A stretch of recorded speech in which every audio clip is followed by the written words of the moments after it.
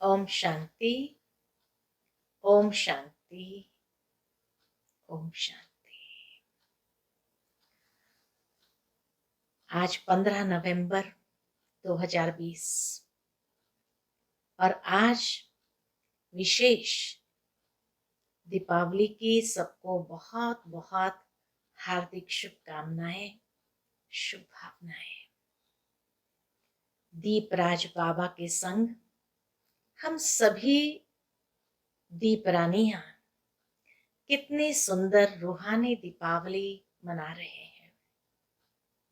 और ऐसी रूहानी दीपावली जहां घर घर में आत्मिक ज्योत जगी हुई और सारे संसार के अंदर लाखों दीपक चैतन्य रूप में जग जाए, वो दृश्य कितना सुंदर होगा। जैसे ही इसकी कल्पना करते हैं तो लगता है कि अभी बहुत निकट भविष्य में हम ये लाखों दीप की जगमगाहट स्वयं इन आंखों से देखेंगे। साथ ही साथ बाबा हम बच्चों को कहते हैं कि सतयुग के अंदर श्री लक्ष्मी और श्री नारायण का कॉरोनेशन ही दीपावली से भी बड़े धूमधाम से मनाया जाता है। तो ऐसे ही कॉरोनेशन को चाहे साक्षात्कार के माध्यम से, चाहे प्रैक्टिकल जीवन, उस समय सतयुग में श्री लक्ष्मी श्री नारायण का कॉरोनेशन अवश्य मनाएंगे। उसकी भी सबको बहुत बहुत हार्दिक मुबारक हो, मुबारक हो, मुबारक हो। आज बाबा के ये मधुर महावाक्य अव्यक्त बाप दादा ने 18 जनवरी 1987 पर सुनाए थे। यह भी कैसा एक सुयोग है, दीपावली के दिन 18 जनवरी के महावाक्य सुनने का। 18 जनवरी ब्रह्मा बाबा ने संपूर्णता को प्राप्त किया, तो किन किन बातों का सबूत बाबा ने दिया, कैसे कर्मातीत अवस्था को प्राप्त किया और उस कर्मातीत अवस्था की, कर्मातीत स्थिति की निशानियां क्या है, उसको आज बाबा की मुरली से हम स्पष्ट अनुभव करेंगे। दूसरा, बाप दादा के सन्मुख सारे भारत भर से गीता पाठशाला संभालने वाले भाई बहनें पहुंचे हुए थे। उन सभी गीता पाठशाला के संभालने वाले भाई बहनों के प्रति बाप दादा की जो शुभ आश, शुभ प्रेरणा है, उसको भी हम अवश्य सुनेंगे। सुनते हैं बाबा के मधुर महावाक्य।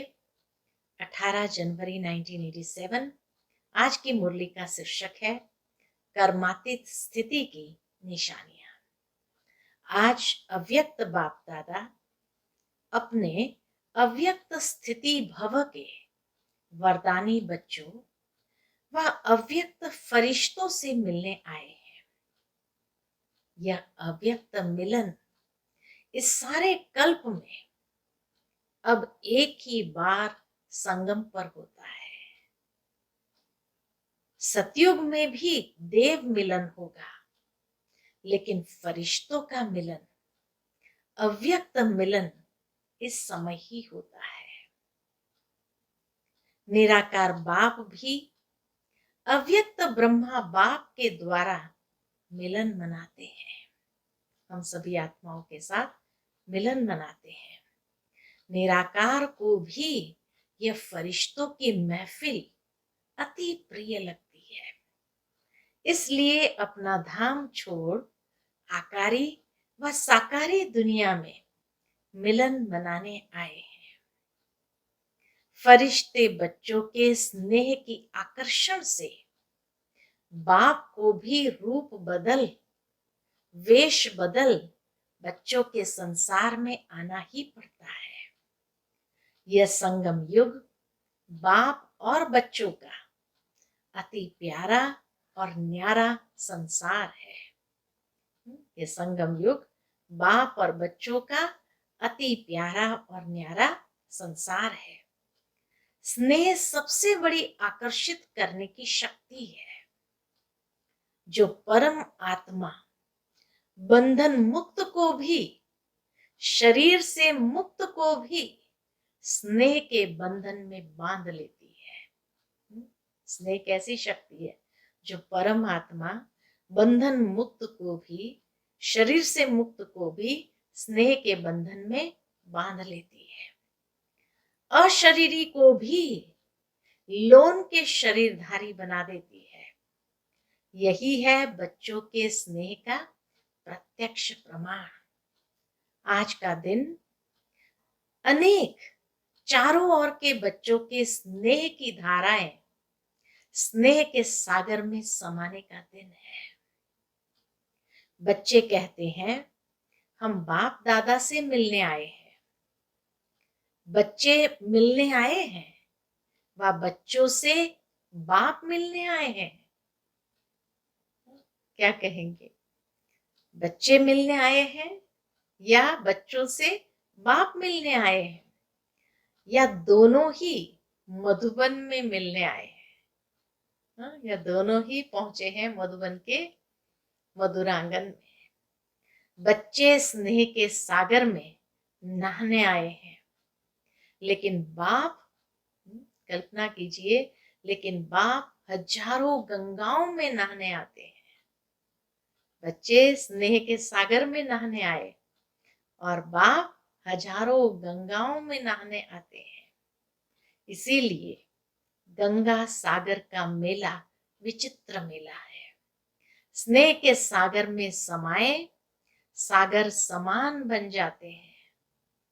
आज के दिन को बाप समान बनने का स्मृति अर्थात समर्थी दिवस कहते हैं। क्यों? आज का दिन ब्रह्मा बाप के संपन्न और संपूर्ण बाप समान बनने का यादगार दिवस है। ब्रह्मा बच्चा सो बाप, ब्रह्मा बच्चा सो बाप, क्योंकि ब्रह्मा बच्चा भी है, बाप भी है। आज के दिन 18 जनवरी का महत्व बाबा सुनाते हैं। आज के दिन ब्रह्मा ने बच्चे के रूप में सपूत बच्चा बनने का सबूत दिया। बच्चे के रूप में सपूत बच्चा बनने का सबूत दिया। स्नेह के सागर का समान बनने का सबूत दिया। अति प्यारे और अति न्यारेपन का सबूत दिया। बाप समान कर्मातीत अर्थात कर्म के बंधन से मुक्त न्यारा बनने का सबूत दिया। सारे कल्प के कर्मों के हिसाब किताब से मुक्त होने का सबूत दिया। तो 5 बातों का सबूत बाबा ने 18 जनवरी के दिन दिया। पहला, बच्चे के रूप में सपूत बच्चा बनने का सबूत दिया। दूसरा, स्नेह के स्वरूप का समान बनने का सबूत दिया। अति प्यारे और अति न्यारेपन का सबूत दिया। बाप समान कर्मातीत अर्थात कर्म बंधन से मुक्त न्यारा बनने का सबूत दिया। और सारे कल्प के कर्मों के हिसाब किताब से मुक्त होने का सबूत दिया। सिवाय सेवा के स्नेह के और कोई बंधन नहीं। सिवाय सेवा के स्नेह के और कोई बंधन नहीं। सेवा में भी सेवा के बंधन में बंधने वाले सेवाधारी नहीं, क्योंकि सेवा में कोई बंधन युक्त बन सेवा करते और कोई बंधन मुक्त बन सेवा करते। सेवाधारी ब्रह्मा बाप भी है, लेकिन सेवा द्वारा हद की रॉयल इच्छाएं सेवा में भी हिसाब किताब के बंधन में बांधती है। सेवाधारी को सेवा कैसे बंधन में डालती है, वो बाबा बताते हैं कि सेवा द्वारा हद की रॉयल इच्छाएं सेवा में भी हिसाब किताब के बंधन में बांधती है, लेकिन सच्चे सेवाधारी इस हिसाब किताब से भी मुक्त है। इसी को ही कर्मातीत स्थिति कहा जाता है। जो रॉयल इच्छाओं के बंधनों से मुक्त, उसको ही कर्मातीत स्थिति कहा जाता है। जैसे देह का बंधन, देह के संबंध का बंधन, ऐसे सेवा में स्वार्थ, यह भी बंधन कर्मातीत बनने में विघ्न डालता है। कर्मातीत बनना अर्थात इस रॉयल हिसाब किताब से भी मुक्त। कौन सा रॉयल हिसाब किताब? सेवा में स्वार्थ, ये स्वार्थ भी हिसाब किताब बनाता है। तो कर्मातीत बनना अर्थात इस रॉयल हिसाब किताब से भी मुक्त। फिर बाबा कहे मेजॉरिटी निमित्त गीता पाठशालाओं के सेवाधारी आए हैं ना, तो सेवा अर्थात औरों को भी मुक्त बनाना। तो सेवा अर्थात औरों को भी मुक्त बनाना। औरों को मुक्त बनाते स्वयं को बंधन में बांध तो नहीं देते? पूछते हैं बाबा। नष्टो मोहा बनने के बजाय लौकिक बच्चों आदि सबसे मोह त्याग कर स्टूडेंट से मोह तो नहीं करते हैं। ये बहुत अच्छा है, बहुत अच्छा है। अच्छा अच्छा समझते मेरेपन की इच्छा के बंधन में तो नहीं बंध जाते। सोने की जंजीरें तो अच्छी नहीं लगती है ना। तो आज का दिन हद के मेरे मेरे से मुक्त होने का अर्थात कर्मातीत होने का अव्यक्त दिवस मनाओ। 18 जनवरी को बाबा ने कहा मेरे मेरे से मुक्त होकर के कर्मातीत होने का अव्यक्त दिवस मनाओ। इसी को ही स्नेह का सबूत कहा जाता है। कर्मातीत बनना, ये लक्ष्य तो सबका अच्छा है। अब चेक करो कहां तक कर्मों के बंधन से न्यारा बने हो। पहली बात, लौकिक और अलौकिक कर्म और संबंध दोनों में स्वार्थ भाव से मुक्त। कर्मातीत का लक्ष्य रखना बहुत अच्छा है, लेकिन ये चेक करना है कर्मों के बंधन से कितना न्यारा बने हैं। पहली बात, लौकिक अलौकिक कर्म और संबंध दोनों में स्वार्थ भाव से मुक्त।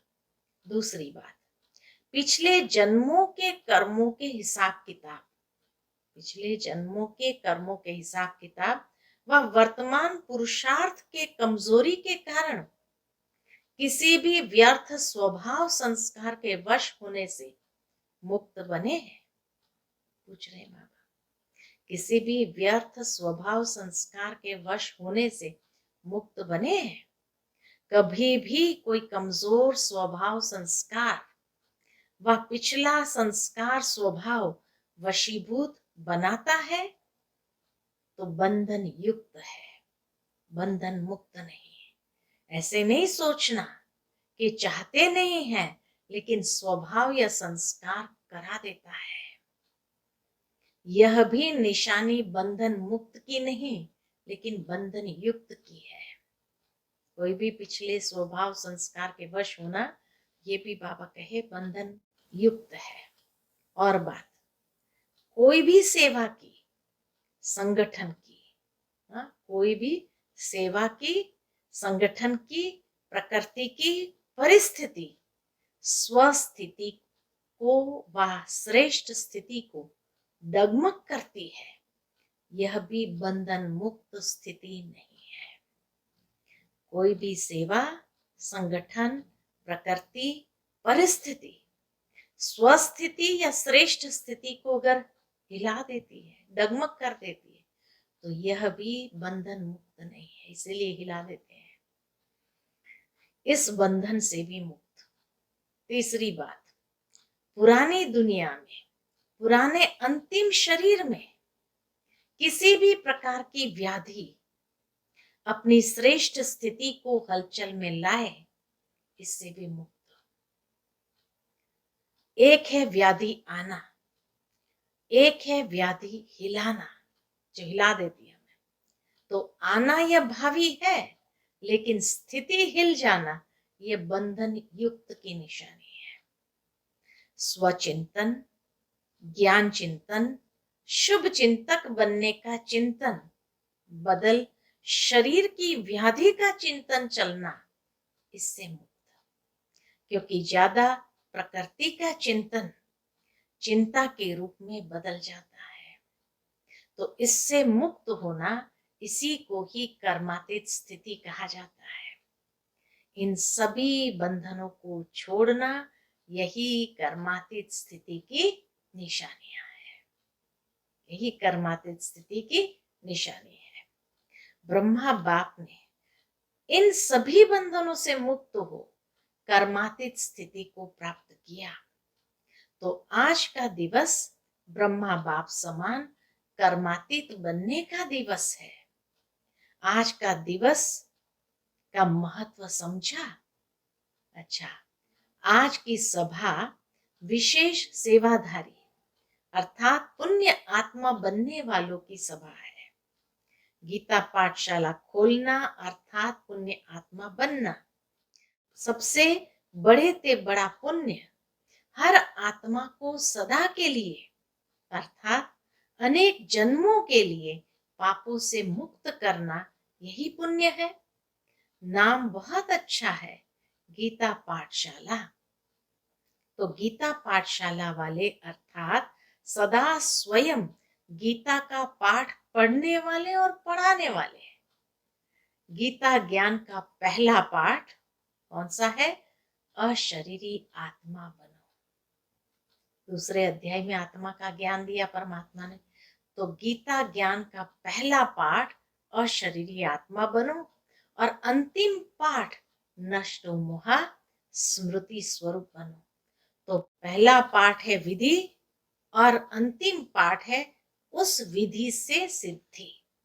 तो गीता पाठशाला वाले हर समय ये पाठ पढ़ते हैं कि सिर्फ मुरली सुनाते हो, क्योंकि सच्ची गीता पाठशाला की विधि यह है, पहले स्वयं पढ़ना अर्थात बनना, फिर औरों को निमित्त बन पढ़ाना।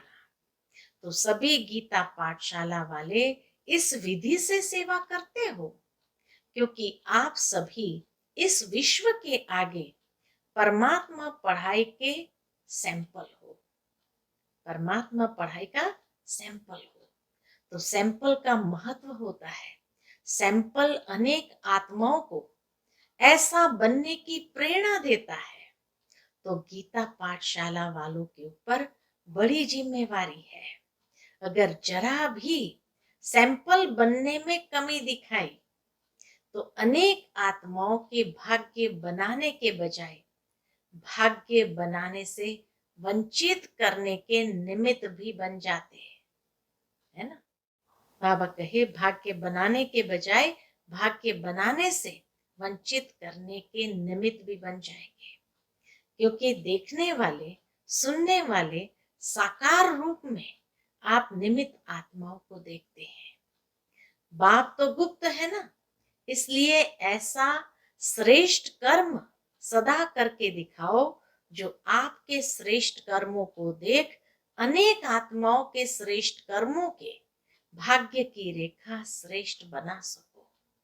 तो एक तो अपने को सदा सैंपल समझना और दूसरा सदा अपना सिंबल याद रखना।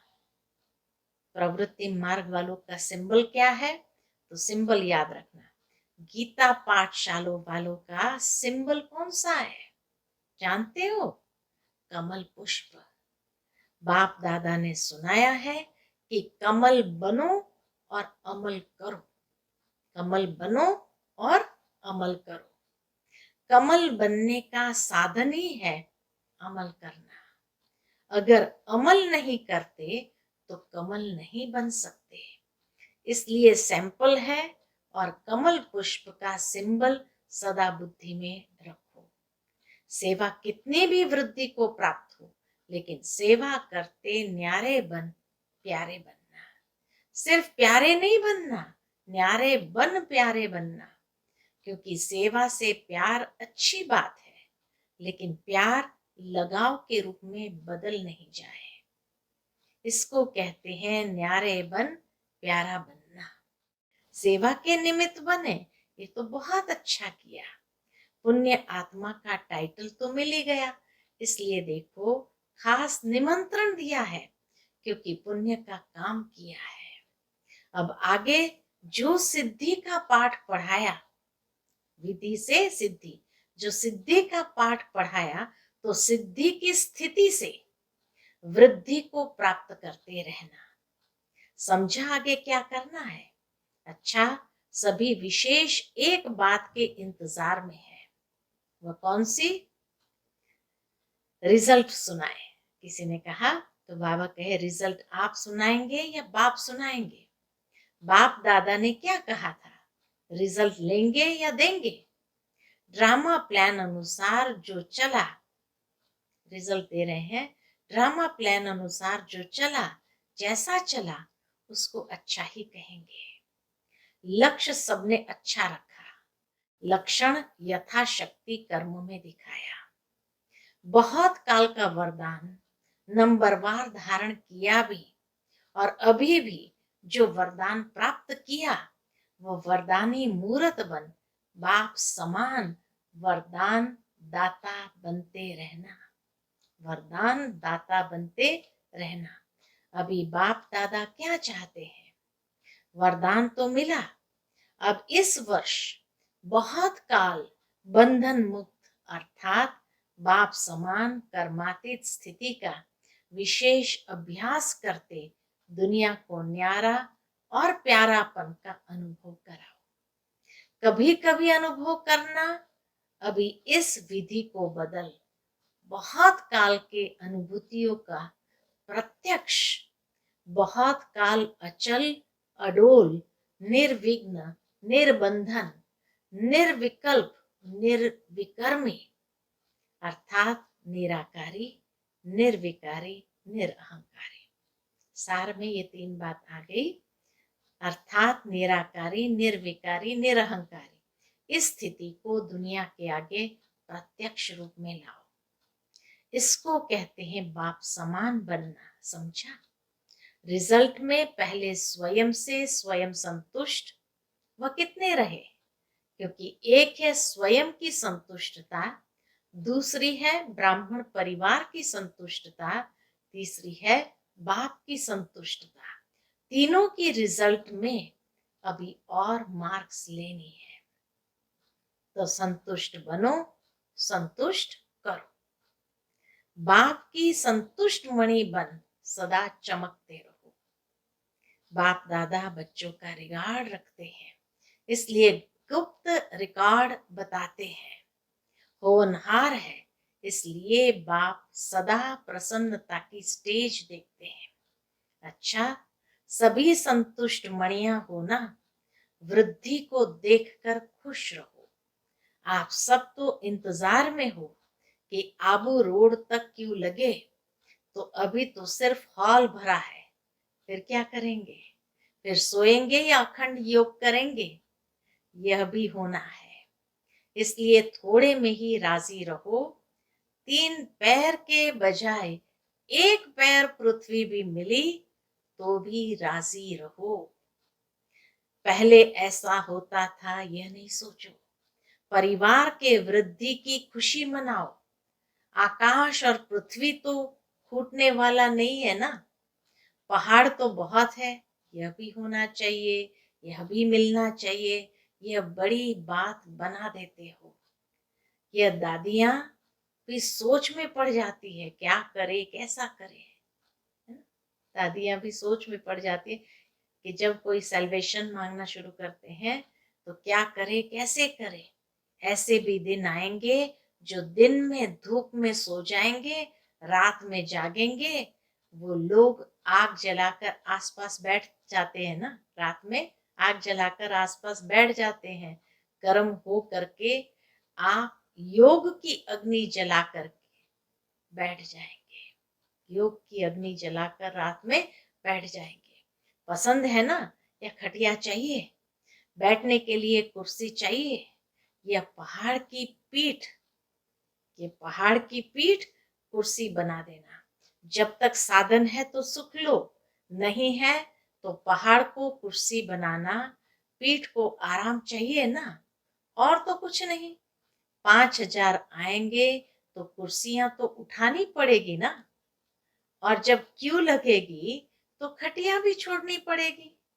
एवर रेडी रहना। अगर खटिया मिली तो भी हाँ जी, धर नहीं मिली तो भी हाँ जी। ऐसे शुरू में बहुत अभ्यास कराए हैं। 15-15 दिन तक दवाखाना बंद रहता। दमा के पेशेंट भी दोढ़ा यानी बाजरे की रोटी और लस्सी पीते थे, लेकिन बीमार नहीं हुए, सब तंदुरुस्त हो गए। तो ये शुरू में अभ्यास करके दिखाया है, तो अंत में भी होगा ना। नहीं तो सोचो, दमा का पेशेंट और उसको लस्सी दो तो पहले ही घबरा जाएगा। लेकिन दुआ की दवा साथ में होती है, दुआ की दवा साथ में होती है, इसीलिए मनोरंजन हो जाता है। पेपर नहीं लगता है, मुश्किल नहीं लगता, त्याग नहीं, एक्सकर्शन अर्थात आमोद प्रमोद मनोरंजन हो जाती है। तो सभी तैयार हो ना, या प्रबंध करने वाले के पास टीचर्स लिस्ट ले जाएगी, इसीलिए नहीं बुलाते हैं ना। समय आने पर यह सब साधन से भी परे साधना के सिद्धि रूप में अनुभव करेंगे। रूहानी मिलिट्री सेना भी हो ना, मिलिट्री का पार्ट भी तो बजाना है। अभी तो स्नेही परिवार है, घर है, यह भी अनुभव कर रहे हो, लेकिन समय पर रूहानी मिलिट्री बन, जो समय आया उसको उसी स्नेह से पार करना, यह भी मिलिट्री की विशेषता है।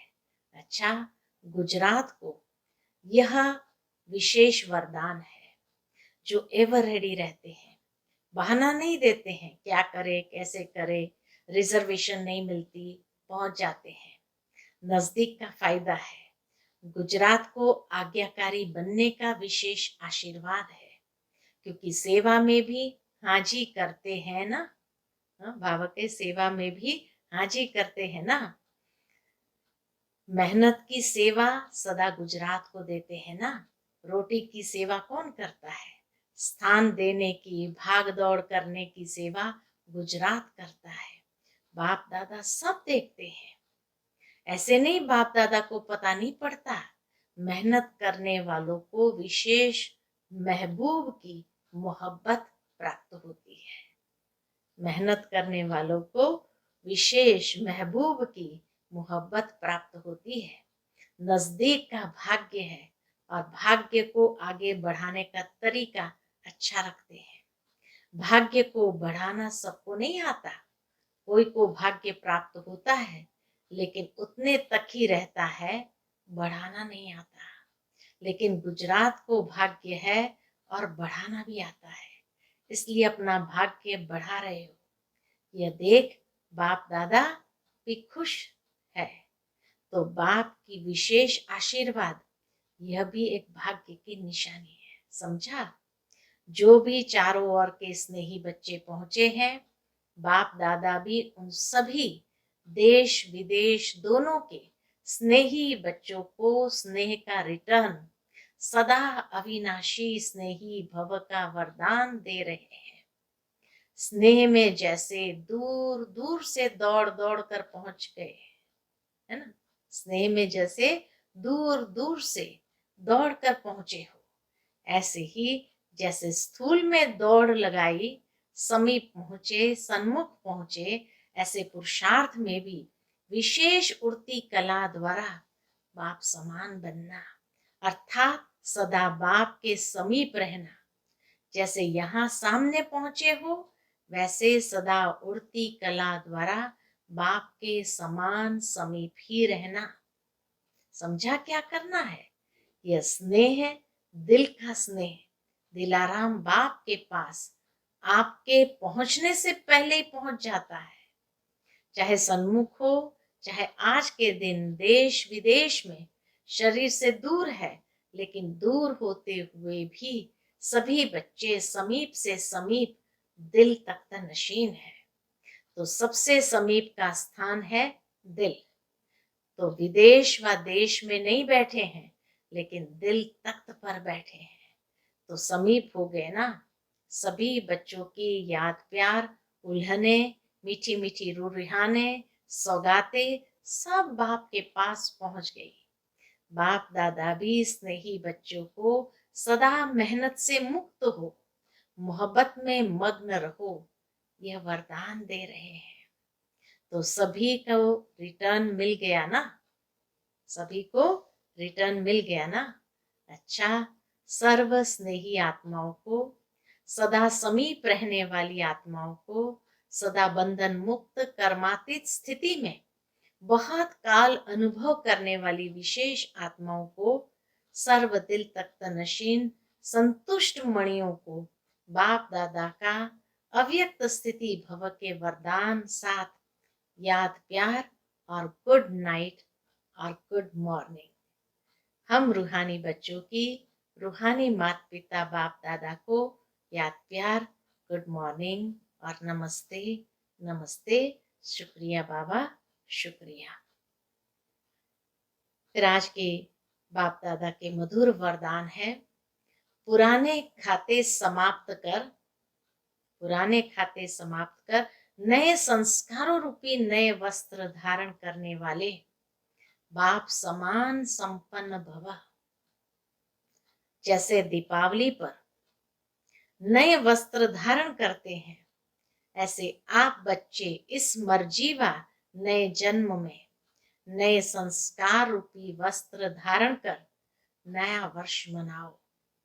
अपनी कमजोरी, कमियां, निर्बलता, कोमलता आदि के जो भी पुराने खाते रहे हुए हैं, उन्हें समाप्त कर सच्ची दीपावली मनाओ। इस नए जन्म में नए संस्कार धारण कर लो तो बाप समान संपन्न बन जाएंगे। आज का स्लोगन है, शुद्ध संकल्प का खजाना जमा हो तो व्यर्थ संकल्पों में समय नहीं जाएगा। शुद्ध संकल्पों का खजाना जमा हो तो व्यर्थ संकल्पों में समय नहीं जाएगा। अच्छा, ओम शांति।